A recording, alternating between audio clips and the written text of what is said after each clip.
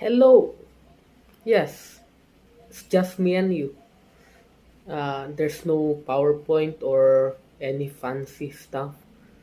But you're here for the content and not my setup. So we'll be discussing today Constructivism by John Piaget. Now, a lot of people don't know what Constructivism actually is. They can recite the facts about it, like how learners learn through constructing their own knowledge. But what does that mean? What does it mean for a learner to construct their own knowledge? When you ask people that, they don't answer because they don't know what really is constructivism. Well, that's what we're gonna be tackling today, and I hope you'll listen very, very carefully. And throughout this discussion, I'm gonna be asking you some questions, and I want you to try your best to answer them. I know this is not live and I can't hear you, but just answer them because my questions will prompt you to think, and that's good. Just answer them. Just trust me, just answer them. Alright? Now, let's get started. So, constructivism. I assume you already know the facts about it. I'm just here to explain, but if you don't know the facts about it, then you can go check out other videos. My objective here is just to explain to you what constructivism is in a classroom setting. Alright? Now, let's dissect the quote. Learners construct their own knowledge. Now, I ask you this. What do we need when we construct a building? Answer. If you answered building materials, then you are correct. You need building materials to construct something. Now, constructivism states that learners construct their own knowledge. Well, the learner's job is just to construct. Who's gonna give the construction materials? Who's gonna give the building materials? That's where you come in, the teacher. Well, you're still not a teacher because you're watching this, you're probably in college. But yes, you, the teacher, will give the construction materials that your pupils will use to construct their own knowledge. Are you getting me here? Now, what is this construction materials? Well, these are learning activities. Now, this is where this comes in, right? Because when you always hear in constructivism that teachers are facilitators, that means they don't just expose to you the materials. They don't just tell you the information. In constructivism, the teachers craft activities that will help their students learn. Learn. Yeah? Okay. Well, I'll give some examples later, but I'll try to deepen this. So, in constructivism, the teachers will craft activities that will lead the learners to an answer that the teacher wants. I'll give you an example. So, example 1.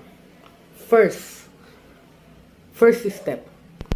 What do we want our students to know? Our pupils to know?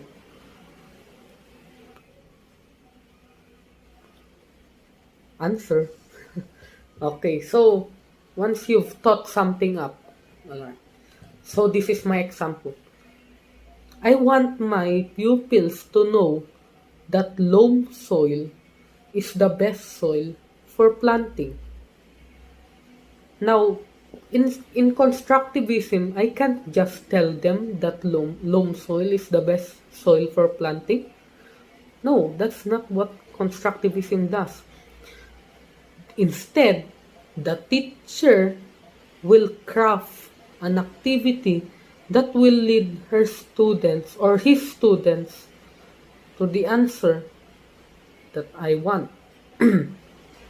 So in this example, I will show a video of 3 samples. So there's a plant here.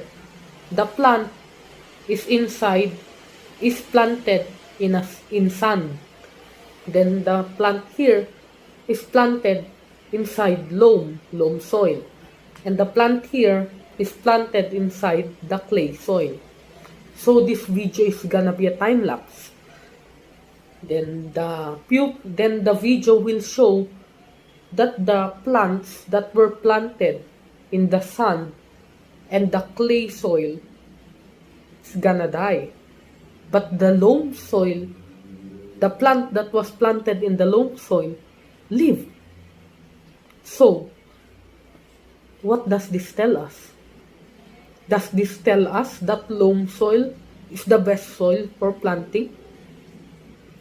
Is that the idea that your students, your pupils, will get from the video?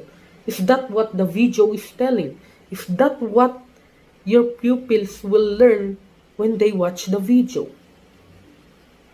Yes. Well, did I tell them? Did I tell them anything?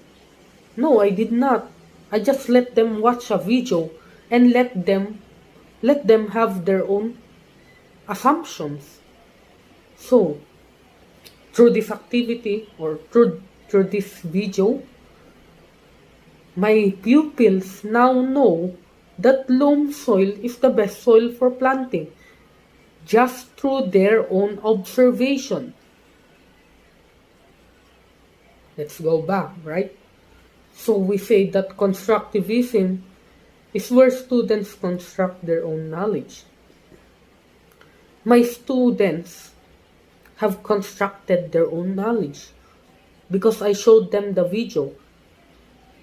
I gave them the building materials that they need. And what did they do with the building material? They constructed their own knowledge. They constructed and have concluded that loam soil is the best soil for planting. Did you get it?